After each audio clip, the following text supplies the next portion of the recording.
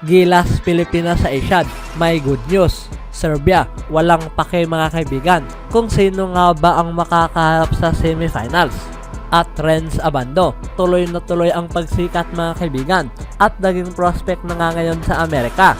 Ngunit bago ang lahat, kung gusto nyo ng matibay na basketball shoes, KD15 with spike, mabibili lamang sa 1,999 pesos. I-click lamang ang link sa comment section or bisitahin lamang ang tiffin.com for more high quality shoes. Ang Filipino Hoops Official ay determinadong ibalik ang Gilas Pilipinas FIBA World Cup crew. Buo kung posible man para sa paparating na 19 Asian Games sa China. Ang top executive ng Samahang Basketball ng Pilipinas at PBA ay umupo na noong araw ng Lunes para i-discuss ang team's formation at inireport mga kaibigan na na-reach na nga nila ang consensus para ma-reassemble sa abot sa kanilang makakaya na may padala ang World Cup group sa paparating na September 23 to October 8 Asian. Ang nagpakita sa top level meeting na ito ay naging host mga kaibigan ang San Miguel Corporation President at Chief Executive Officer na si Ramon S. Ang, na kung saan rin dito yung nagpakita ang SBP President na si Al Panlilio, PBA Chairman at SBP Vice President na si Ricky Vargas at PBA Vice Chairman na si Bobby Rosales, PBA Commissioner na si Willie Marshall at San Miguel Corporation Sports Director na si Al Francis Chua. Ang planong pagkikitang ito ay inireport mga kaibigan para i-recall ang mga manlalaro na siyang pinapangunahan sa PBA stalwarts na si John Mar Fajardo at Japit Aguilar para sa another Gilas Tour. 3 linggo mga kaibigan matapos ngang nagtapos ang kanilang campaign sa World Cup kasama ang pagkapanalo sa score na 96-75 laban sa China, habang ang mga World Cuppers na siyang naglalarong import overseas na tulad na lamang nina Dwight Ramos, AJ Edo, Kai Soto at Renz Abando. Ang mga executive ay gumawa na ng arrangement mga kaibigan mula sa kanilang respective club sa B-League at sa Korean Basketball League para sa kanilang release. Kasama rin ang Phil-Am gunner na si Jordan Clarkson na siyang babalik na rin sa NBA. Ang task mga kaibigan bilang reinforcement ng Gilas Pilipinas ay ang naturalized player na si Justin Brownlee. Ang Barangay Ginebra resident import ay sumailalim sa isang procedure para tanggalin ang bone spurs mula sa kanyang paa nitong late August. Ngunit siya ay inireport na siya ay dito din na nga ngayon sa puntong ito.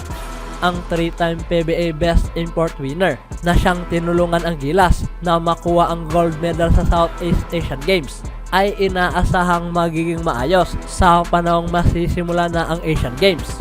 Para mapapanatili ang pagpapatuloy, ang executive mga kaibigan ay hanap ngayong ibalik lahat ang World Cup coaching staff. At kung sakaling itong si Coach Chot Reyes ay tatayo sa kanyang desisyon mga kaibigan na mag-step aside matapos ang World Cup, sino man sa kanyang deputies na pinangunahan nitong ni Tim Cone at Jong Oy Chico ay ang inaasahang aako mga kaibigan sa head coaching job. Naayon rin naman kay Tim Cone, sinabi nga niya nitong nakaraang araw na siya ay walang interes mga kaibigan para mag-take over.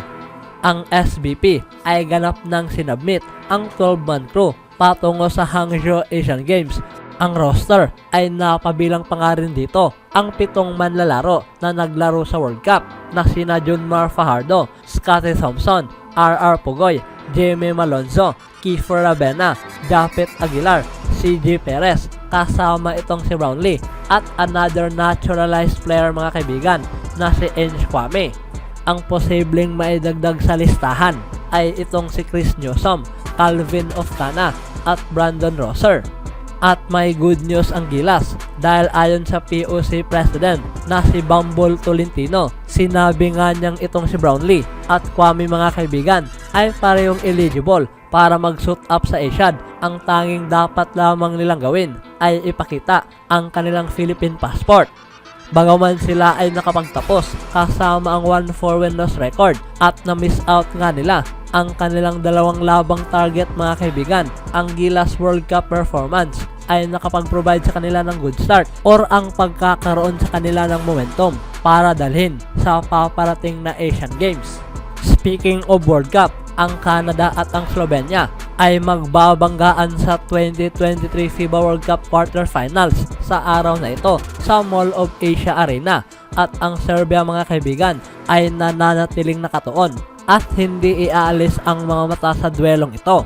Gayunpaman, ang Serbians mga kaibigan ay ginawang malinaw ang mga bagay na hindi na nga raw importante kung sino nga ba ang kanilang makakarap sa kanilang daan, na ayon pa nga sa forward na si Vanja Marinkovic, ang lahat nga raw sa Serbia ay papanoorin ang labang ito at sila ay maghihintay at titignan na lamang ang resulta. Natitiyak na isa sa kanila ay ang kanilang makakarap at hindi na nga raw ito malaga. Ito ang kanyang sinabi mga kaibigan matapos may panalo ng Serbia ang score na 87-68 over sa Lithuania. Ang Serbia ay sinorpresa ang Lithuania mga kaibigan mula sa kanilang own quarterfinal bracket, na kung saan sila ay nakapag-shoot na umabot sa efficient 55% mula sa field. Kasama ang Serbians defense ay ang iilang bagay na dapat ring pagtuunan ng pansin sa semifinal, na kung saan sila ay nakapagtalid ng 9 steals at naipwersa ang discipline Lithuania side mga kaibigan na nakapag-commit ng 15 turnovers. Habang sa kabilang banda, tinalo naman ng Team USA ang Italy sa score na 63-100. At dahil dito, sila ay tutungo sa FIBA Basketball World Cup semifinals.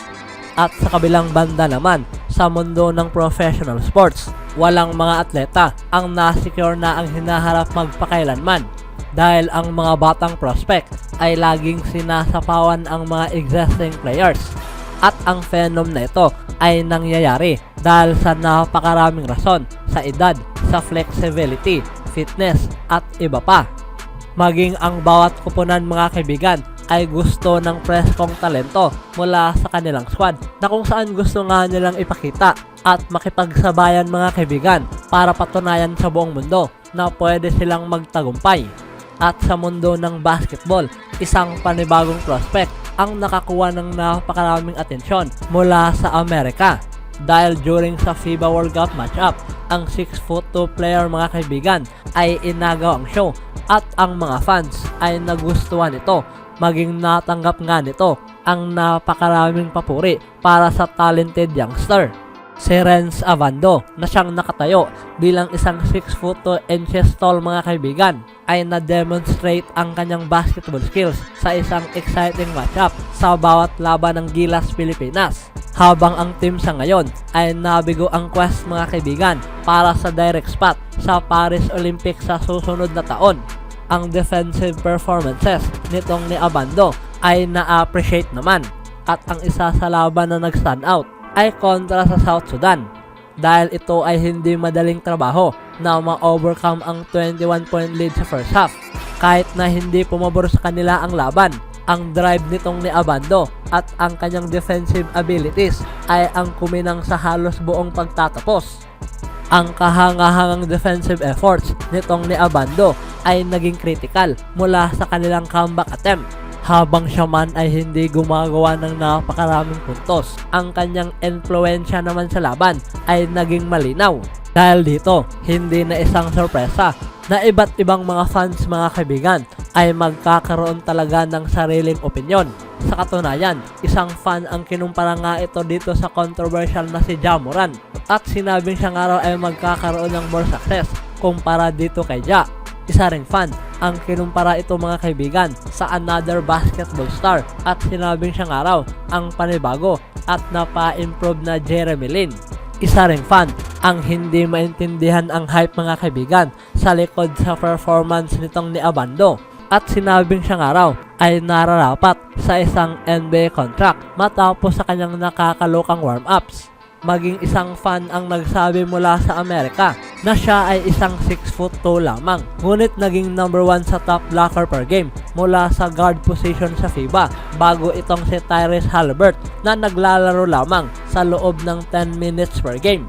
Anong masasabi niyo mga kaibigan dito kay Renz Abando? Always do it on my own, so I gotta get through it. And the only thing I know is to love what I'm doing. Never give up, never slow, till I finally prove it. Never listen to the no's, I just wanna keep moving. Keep my head up when I act, head up, that's a fact. Never looking back, I'ma keep myself on track.